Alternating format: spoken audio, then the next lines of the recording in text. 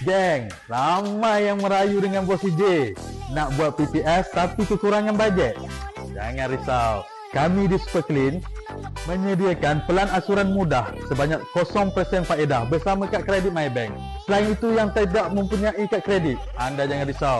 Anda boleh menggunakan Shopee SPayLater untuk membuat ansuran secara bulanan. Jadi, apa anda tunggu lagi?